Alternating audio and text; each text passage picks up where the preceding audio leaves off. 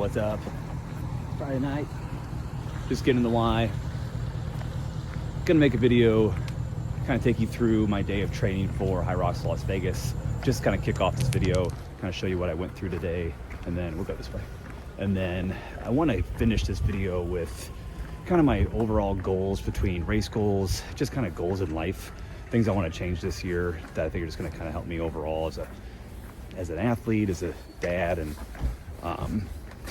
then we're going to kind of talk about some of the things that kind of help me transition into the sober lifestyle, and kind of some pros and cons that kind of come with that transition of changing your life, and some tips and tricks and some things that I had to do physically, mentally, and socially to kind of get where I'm at now. And first shot, right? And yeah, hopefully help you out a little bit. But for now, we're gonna go play some basketball. All right, we just got here. Got a little snow this morning. It's not nearly as cold as it was the last few days. The last few days were bad. It was like below 10 pretty much every day, but I definitely noticed it was warming up last night. But yeah, came out after my 6 a.m. client and we had a little dusting, but today's focus is going to be lower body, sled pull, and some 400s. So let's go in, I'll take you through it.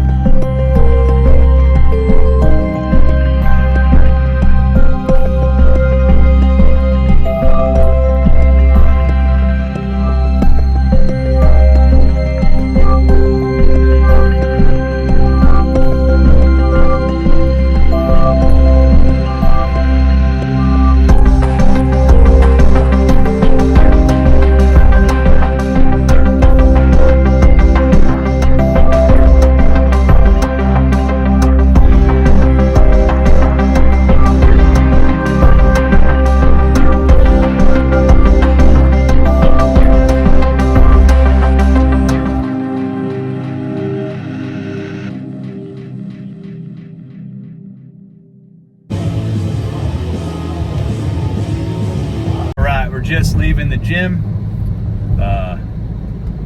Yeah, good session. We had a good class. Had 2 really good classes today. Our gym's making a good January momentum. We got a lot of new members, a lot of new faces. OG members are starting to get a little bit more consistent and showing up more for class and getting some PT in and holding themselves accountable. And now we are heading to the East Village to go to the coffee house to meet with a potential new Hyrox client. I had a gentleman reach out to me earlier this week, just showed interest in the sport, and when it comes to something like this, I always like to make sure I'm a good fit for someone. I like to make sure that I can kind of give them what they need. As like I said, Hyrox is one of those sports that kind of like has a lot of different modalities. People come from different backgrounds, so just want to make sure we're a good fit. We're gonna have a little cup of coffee, just kind of shoot the shit a little bit. And then I'll go get Reagan, and yeah, sometime tonight we'll sit down and we'll kind of go over the goals for 2025 and some tips and some tricks that you guys can do that I hope that would help you as they help me tremendously to kind of stay clean and sober 2025. Stay tuned. All right, it is that time. It is 11 p.m. Saturday, January 11th. Reagan is out cold. We just got back from a nice long snowboard trip up to Chestnut Mountain in Galena, Illinois. One of my good buddies I work at the gym with, his daughter's same age. We took the kids up for a nice little ski and snowboard trip. It was a day. It was definitely a day. Place is a little bit more on the steeper side than what Reagan has ever been snowboarding at before. On the beginner side, it was a little aggressive for her. But so first hour or so was a little bit of a struggle, a little bit of frustration between the two of us. Some tears were shed, but after some chicken strips and fries and a little refreshment, we got out there and she had a good day, and she also just lost another tooth. So I have a feeling that braces are going to be here in the near future. But anyway, if you've made it this far in the video, based on the caption of this video, you would know that the main topic behind this video is going to be me chatting about a little bit of advice, a little bit of experience about how I kind of went from a pretty big alcoholic in 10, 12 years deep into the bartending scene, not a very active person, kind of just living bellied up at a bar for a long time, kind of becoming more of a, I would feel like more of a little bit more of a powerful, confident single dad, um, looking to hit greatness in the world of Hyrox and road running and just overall athletic performance and what racing has done for me mentally, physically, to keep me in this state of sobriety. So what we're going to start off with is I've written down just some pretty minimalistic goals that I'd like to try to accomplish. I am one of those people where I am completely okay with like, okay, I'm going to set out these 7 things to do. And if I knock out 4 of them this year, like what a great year. And I'm also like that kind of the same way when I write my own gym programming. If like, hey, I got 90 minutes in the gym, I'm going to write down this. If I get 70% of this done, chalk it up as a good win. And that's going to be one thing that is going to be a key component when it comes to quitting drinking. And we'll get back to that here in just a second. So fitness goals for 2025. 5K PR right now is 1839. Based on the training that I did with Devin for the build up to Hyrox Chicago, I really think 1819, 1820 could be in the cards and really, really soon. I really think I could get out of this next Hyrox build, take a little time off, spend 4 or 6 weeks getting back into specific 5K training and find something here locally and try to knock that out of the park. I like to just really keep that sub 65 Hyrox in the back of my mind. I think this is going to be something that I can hold on to for a long time. And if sub 65 takes me 2, 3, 4 years to get to, I know this sport is not something that just favors youth. There's so many different components, so many different avenues that you can find yourself taking time off your race. Whether if my speed diminishes a little bit, my strength improves, or maybe maybe my strength diminishes a little bit, but I do spend the whole quality year getting faster, running on the roads and stuff like that. So whether maybe it happens in Las Vegas, which is in, I don't know, 24 days, I think, like that. I put that in the beginning of this video. So yeah, that's goal number A. Goal number A. That's goal A for sure. I do consider after March, pretty much after St. Patrick's Day, is going to be like my Hyrox off season, probably through the end of July, and just picking up a hobby in the sprint triathlon. And I had a really good time. I met a lot of really fun people, a lot of people that just were so open with like teaching me how to open water swim, because the water was a pretty big fear of mine. Not just swimming like an open lakes, whatever. Like it's being in that high populated environment. It's being in a state of where like it's, you know what, swimming can be dangerous in situations like that. And I was really glad that I had the year that I did. I would honestly, if I rewinded a year ago, literally probably like this time, maybe February, I couldn't even swim one 25-meter length of the pool without gasping for air. And on New Year's Day, I swam a mile. I swam a mile with a bunch of people that swam a 10K on New Year's Day. And so that's where putting myself for a short amount of time in a pretty uncomfortable, terrifying environment, even though I find myself very athletic, I'm making all these new accomplishments in the last 4 or 5 years. It's fun to kind of get humbled and get put into a whole new level of fitness or performance or any sort of athletic environment, thinking that you're going to be, oh, you know what, I'm fit, I can do this. And like, no, man, this is not the same. And then improve at that. And then now I've got another thing that I can say, hey, you know what, I'm actually a decent swimmer too. So yeah, my goal is I'll race the QC triathlon and the DeWitt triathlon. They're both sprint triathlons here in the area. And I would just like to finish top 3 in my age group. The one in DeWitt, I don't think I was that far off last year. My swimming was terrible. So just improving my swimming. My running was strong in both of those races. I need to just probably maybe make a little investment into a decent bike. And And that's that. And then this is where when the Hyrox training probably starts to get back into the swing of things. I have a 1:30:45 half marathon time. I ran that 3 years ago. I honestly was only like 8 months sober, or maybe like a year sober, and just had a good day. I ran like 1:30. I ran like 6:55 pace, or like 6:50. That was just random. That just came out of nowhere. That was just my body like detox for like a whole year. I lost a bunch of weight, and I just started running with run clubs, and I just went out and I just think celebrating the year of, yeah, it was the St. Patrick's Day race in like 2022. So I've been sober for about 1 year, and I just went out and popped a great half marathon. And honestly, I haven't ran one since then. Um, I have signed up for one, and I bonked at mile 10, and I called it a day. So yeah, those are my fitness goals. 1:28:30. That puts me right around like my Hyrox pace. So that block, and maybe like the sprint triathlon blocks, would only benefit my Hyrox performance. So those, granted, I have a mixture of like short distance goals and longer distance goals, but at the end of the day, all of these goals would make me a stronger Hyrox runner. And going through people that have very similar station times than I do, that run like 4 or 5 minutes faster than me in the Hyrox. Where do they make up their time? They make it up on the run. So we got to get better at running. Okay, my non-fitness goals for 2025. And these are really, really important for me. And I'm kind of rambling, okay, because these are my goals. And if you want to just fast forward to the back end of this part, and I'll talk more about sobriety here in a second. But these mean a lot to me.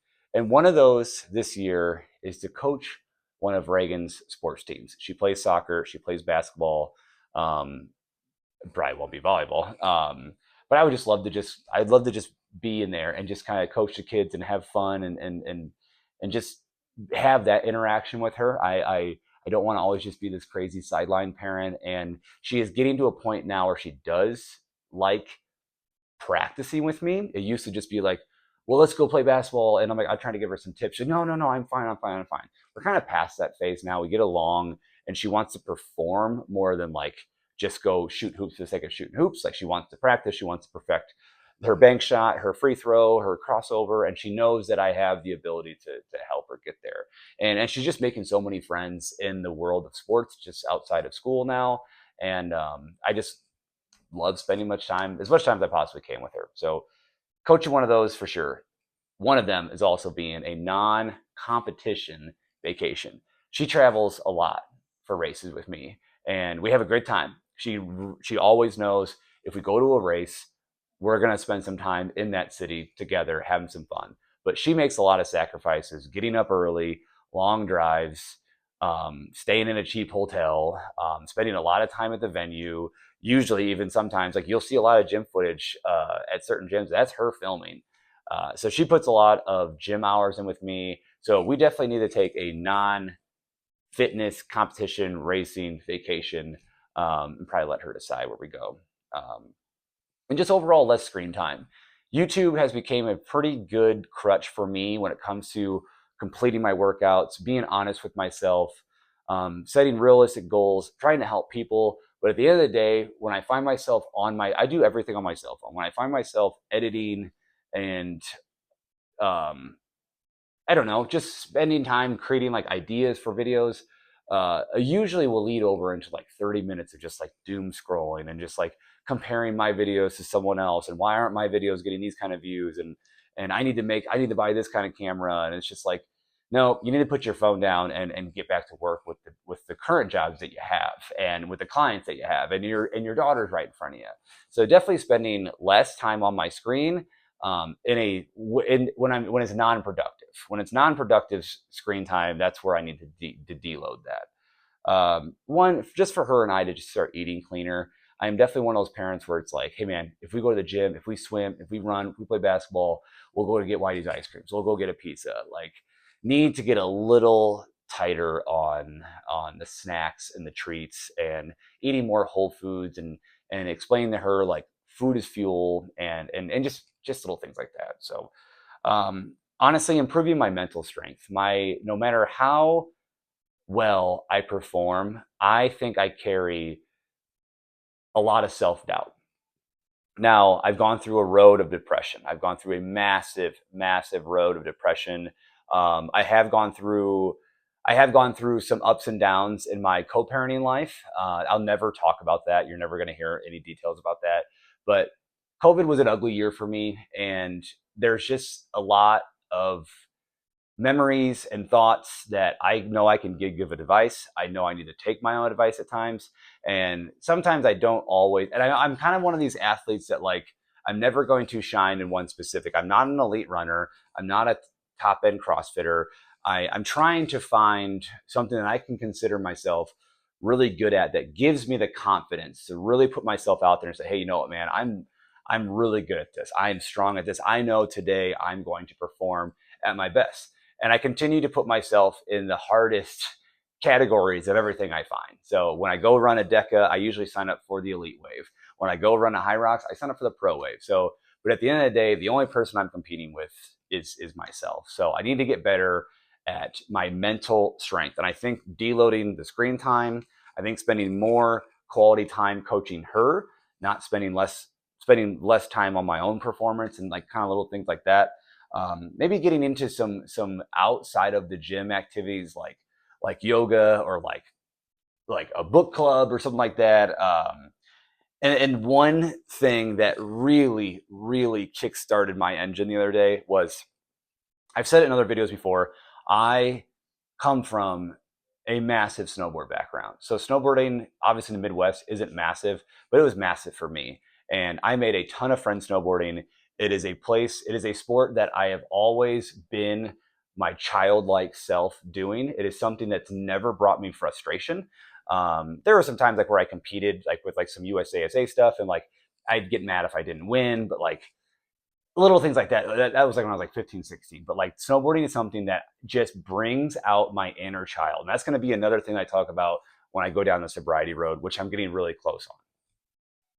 So what I mean by that is I just need to snowboard more. And snowboard brings out just the joy in me, where Hyrox training and fitness definitely, and running and stuff like that, definitely got me to the world and lifestyle of like forever sober pretty much.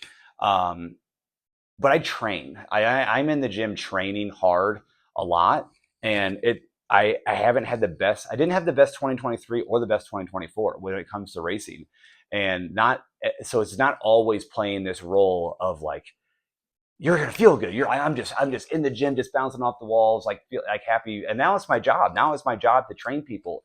And sometimes the hours stack up, and sometimes, you know what? Sometimes I don't want to go to the gym.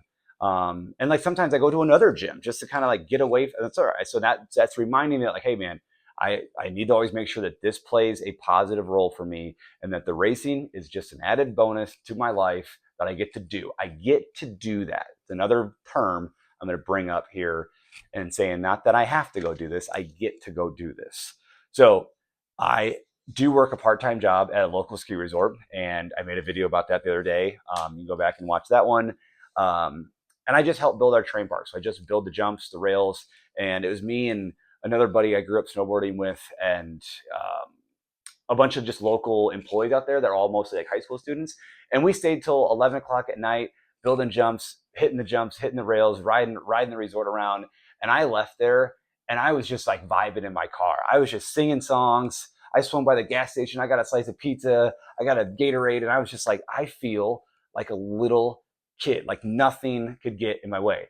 And I was out there for 5 hours. And I don't think, besides taking a couple of pictures and videos, I never took my phone out one time, because I was just having such a good time. There was no distractions. I was on my board. I was on the snow. And so, yeah, just snowboard more, and her getting the hang of it. Like, it's only going to bring us closer together. I'm never going to make her do the hobbies that I'm never going to push her on anything, but she wanted to snowboard. And today we had our ups and downs, but at the end of the day, she's like, so when can we go again? So that was huge. So one thing for us and for me in this year and next year is to just snowboard more, do things that make me happy, continue to do the things that make me happy. And the last one is just continue to grow this, YouTube channel. I really, really think this could be something that I could lean on. I have gained a couple clients out of this on the Hyrox kind of side of things. It's funny. I think I've got about almost 3,000 people on Instagram. I've got 5,000 people on Facebook. I've got 53 subscribers, and I've got more virtual clients off of this platform. But I know, at the end of the day, I really like making these videos. My daughter really likes making these videos. And so I just want to try to be more consistent. And if I can be more consistent here, because I put a lot of truth into this, it's only going to make me a better person down the road. Okay. Now let's get to a little bit more of the dramatic side of this. The sobriety thing. So February 12th, 2021 was the day that I finally reached the I'm fucking done with this. I'm done with this. I can't do this anymore. Gotta make sure the battery is still rolling this bad boy. I'm done. And it took me, I would say, every Monday in November, every Monday in December, and every Monday in January was waking up, having to go to work at 7 a.m., drive 25, 30 minutes to where I had to work at. I worked in a bar industry position. It was more of like in a side of like collections. And I had to go to the bars and collect the dartboard money, ATM money, service all these bars. I wasn't necessarily bartending a whole lot anymore, but I was still in the environment. I was still around a lot of the bar scene people. And every Monday, I had to drive about 25 minutes to another town. That was my area, and I couldn't make it a few miles without throwing up. I was hardly ever going into the office. I was always saying I was somewhere else. Hey, I'll be there in a little bit. And I was just kind of pushing people off. I was just hungover. I was hungover every single Monday. Now, granted, I drank plenty other days too, but those were the days that I sent it. Usually all Sunday fun day. It was usually a pretty big industry day. A lot of really, at the end of the day, a lot of really good, nice, quality people around me that I just party with a lot. But at the end of the day, this goes home alone. And like I said, I had gone through some co-parenting stuff. I had gone through a pretty rocky road of depression. Wasn't really a goal-oriented person. I was definitely burnt out on the bar scene, and I wanted anything that could get me out of it. But I had to do the work. And at that time, I had probably been at my gym that I'm at currently, I want to say 2 years. I'd probably been an active member for 2 years. Now, maybe not physically active, but financially active. I had been there for about 2 years. And I was just a very inconsistent person. And then the workouts that I was getting there was no quality out of what I was putting into it, because I was very inconsistent. I was still eating terrible. I was still drinking all the time. I mean, I would go to the gym after having some drinks, because it was my apartment, my gym, my bar, and my gym all within 2-3 blocks of each other. But everyone at my gym, they knew, they liked me. They had my best interest. They knew I was a very avid bartender, bar manager. They knew I was a big party animal. And the way that I lived my life, you would have never thought that I had any problems. You never thought that I had a drinking problem. I'm not going to go down that road much longer. I want to really keep it down the road of like how I got better and how I hopefully these can help you. So if there's one thing that I wish I could go back on, now granted I made it, let's just say, but if there's one thing I notice, that when it comes to sober October or dry January and people wanting to make long-term goals, they're so hard on themselves. It's like training to be an athlete. It's like training. If you woke up one day and you said, I can run a 9-minute mile. I need to run a 7-minute mile. I want to run a 7-minute mile. Do you think that would happen in a week, a day, a month, maybe not even a year? Let's say you're an alcoholic. Let's say you're a drug addict. Did you become an alcoholic, a drug addict in a day, in a month, in a week, in a year? No, you built that over time. Everything is the same. Everything takes small, progressive baby steps. So what I mean by that is, if you're going to be someone that, hey man, the wife and I, man, we go to happy hour 5 days a week. We go out probably like every other weekend. And we just find ourselves like getting to the bar. We're always in a good mood, but then one of us usually ends up drinking too much, and it just affects our relationships and stuff like that. And people just go all in with this all in mindset of just like, tomorrow we're done, or tomorrow I'm done, and I'm never doing it again. And you'll make it 12 days, 13 days, 14 days. And that 15th day comes around, you're like, you know what, man, like I'm gonna go meet my cousin. I'm gonna go meet my cousin. It's my cousin's birthday. I've got to go meet him for lunch, and you have a couple margaritas, and you still acknowledge the last couple weeks, and you're like, hey man, like, you know what, I'm trying to cut back a little bit, and you go home. But most people beat the crap out of themselves for that one day that they don't acknowledge the progress that they've made. And the fact that if you can look back and say, hey man, I used to drink 10 out of 15 days, and you just drank 1 out of 15 days, even if you got shit faced that day. If you, I mean, you have to look at the percentages and look at that as progress. And maybe over time, if you continue to have this mindset, hey, you know what, man, every couple of weeks we'll go out and I know it's hard. I know it's hard because for some people, alcohol is an addiction.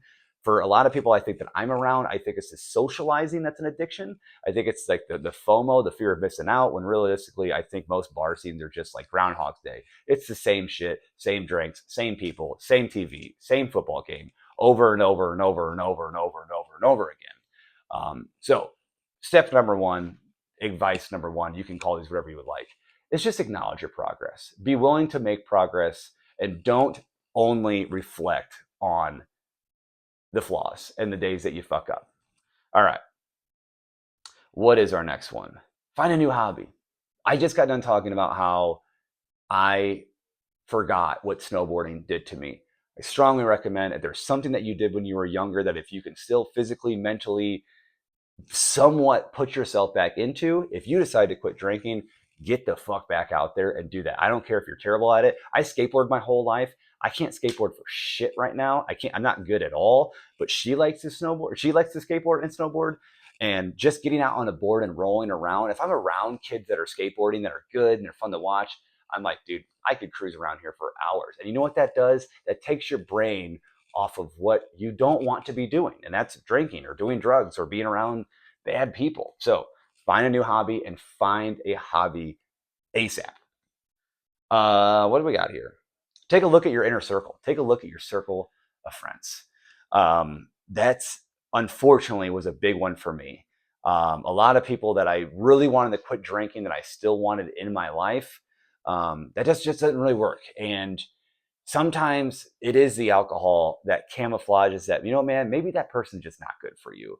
Because if that person is not here to support you to make this change, or they're not there checking in on you maybe a week or two or three months down the road, they're just not for you. And sometimes you got to be blatantly honest. And if there's one thing I can say that I have been since I've quit drinking, because once you take your position out of like, you know what, I don't need you.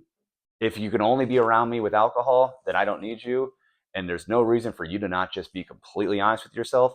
And if they don't have your best interest, I highly recommend you be blatantly honest with them, with yourself and with them. What do we got here? Push yourself. You need to push yourself. You need to find something that is going to make you taste failure, but has success on the other side. And for me, that was the running side. That was the fitness side. Be okay with being the worst person in a room full of awesome fucking people, because those people are going to be the ones that are going to check up on you. They're going to make sure that you're a little bit better tomorrow and a little bit better the next day. And eventually you're going to be in their shoes, and someone just like you is going to walk in that front door, and you better fucking help them. What else we got here? This is a big one for me. This is still a really big one for me down the road, is embrace the silence. No one's going to follow you. And that's kind of one of my, I'm going to put these two together. Embrace the silence, embrace the silence, and no one's going to follow you. So if you find yourself in a very big toxic environment that you want to get out of, it's a never ending ride. It's a never ending ride. It's same shit every day. It's always going to be there waiting for you if you keep putting yourself in there. So if you take yourself out of there, don't expect anything in there to come with you. And that was hard for me, because like I said, I wasn't your belly up bar regular every day. I was a bartender. I was a full-time bartender at multiple places. On a day-to-day life, I had phone calls, texts, let's go do something, let's go eat, let's go out, let's go get drinks, blah, blah, blah. The second I quit, that was gone, and it's still gone. And I find myself on the couch on Saturday nights with not a lot of phone calls, not a lot of attention, not a lot of people hitting me up wanting to do something. And I have to remind myself The last year or so of bartending, I would be behind the bar on a Saturday night, and I would just be like, I would give anything to turn this noise off that is out here, that is in here. And I just want to be home and I want to be left alone. I'm burnt out. I need to get out of here. This isn't for me anymore. And I have that. And I have to remember that this lonely silence that I get on the weekends or whatever is what I asked for. And that kind of goes back to where I'm just proving myself right. No one's going to follow you. And you got to be okay with that. Yeah. And the last one is just get out of your own way. I can promise you at the end of the day, you are the reason that you're not making any progress because you are finding every excuse to not make that uncomfortable first step. But I can promise you, if you make that uncomfortable first step and you just make little baby steps, hey, you know what? We used to go to happy hour every Monday night. You know what? We're going to pull back a little bit on that. Like I said, you take a lot of those things. You're going to pull back on something. Maybe try to spend some time going for walks. Take your dog out more. Go for a walk with your husband.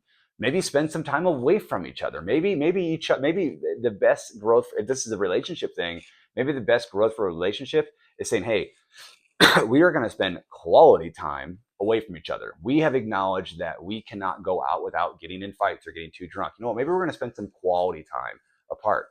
You go play basketball. I'm going to go join a book club. And just know that it's for the best of each other. So anyway, I'd like to keep this video probably under a half hour. I have no idea where we're at. But these are some things that I just like to get off my chest every once in a while. I hope this video helps you. Reagan's starting to snore a little bit. She just lost a tooth, so I have to do something. We'll see you in the next one.